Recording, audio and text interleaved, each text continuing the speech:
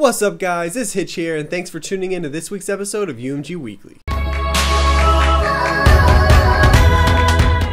Alright, we don't have nearly as much news as we had last week, but we do have some updates on the stories that we did cover. So first of all, it has been confirmed that Full Sail University Tournament, otherwise known as the Regional Qualifiers, is going to be on the Xbox 360. And how it's looking right now is that COD Champs will also be on 360 because the Xbox One doesn't have any LAN settings, so how are we supposed to play, like locally?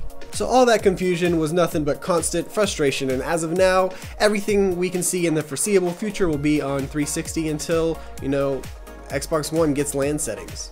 The second update we have is actually some more information about Titanfall and how it will deal with competitive. So some people would like to see Titanfall go competitive, but can't really see how it is viable. And one of the big reasons is that there wasn't much developer support, like there weren't private matches, there weren't competitive settings, and etc. But this might change because the Titanfall developers said that they're looking forward to getting more involved into the esports scene. They already said that they're going to incorporate private matches, which opens the opportunity for online competition. So that's just a little bit more hope for Titanfall and if it'll be played competitively. Last week we also talked about Black Ops 2 and about how we've seen more and more people and professional players go back to playing that. And even while I was covering it last week, I was thinking, this is probably just an 8s lobby of some pro players, it's probably nothing big. But over this past week, we've seen the pros play Black Ops 2 8s nearly every day. I mean, Killa has been streaming it, Sharp has been streaming it, people have been tweeting about it, and even Nadeshot just recently started up his Road to Master Division on YouTube. And it just shows how superior that game was in a competitive standpoint to the game that we're being forced to play now.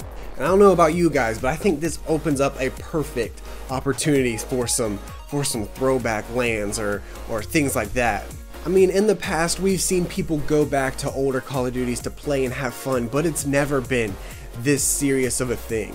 I mean, we are 2 weeks away from a qualifier for $1 million tournament, and all these pros are still playing Black Ops 2 because they just have so much more fun doing it. It just seems like the game takes more skill, more teamwork, and more strategy, and it's just more fun to watch.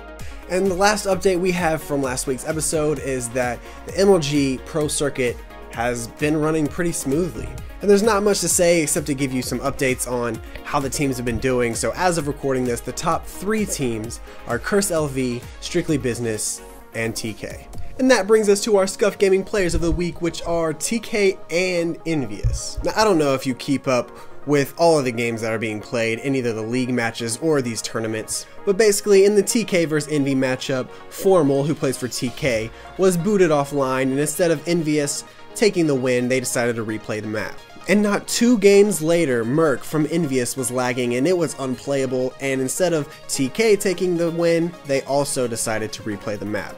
And I don't know, our community is known for being a little immature at times, and it's always nice to see some of these professional players show some sort of sportsmanship. And the big story of the week is the MLG 5K series. Instead of the 2K series that MLG usually runs on Sunday nights, Scuff Gaming sponsored a tournament for MLG, and it was actually worth 5,000 pro points instead of 2. So it was a gigantic tournament, and needless to say, with gigantic tournaments always comes some sort of controversy.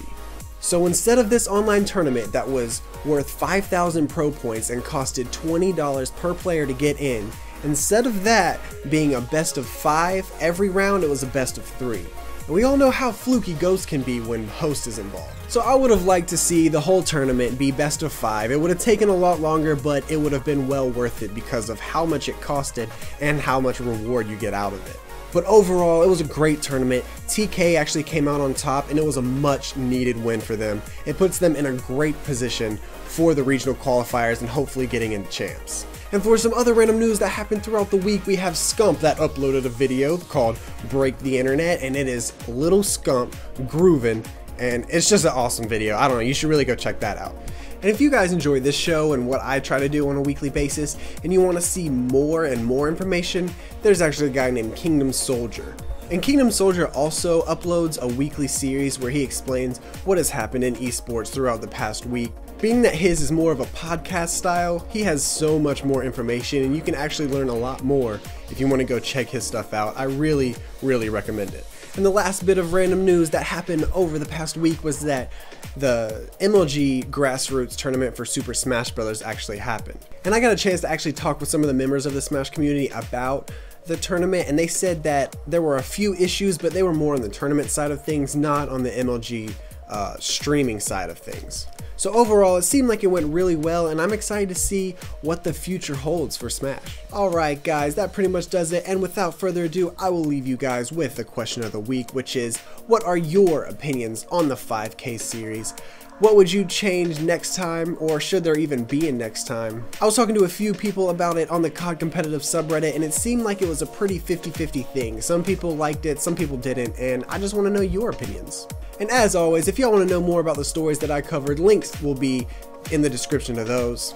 And I'll also put a link to the subreddit, which will be the question of the week, and it'll be also in the description. And if you guys have any critiques or constructive criticism for me, you can put them in the comments or add me on Twitter, and I'll be sure to tweak some things for next week's episode.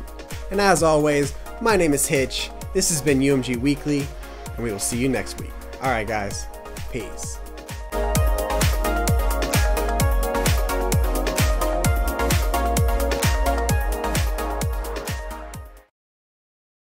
Always nice to see the professional players showing some sort of sportsmanship. What the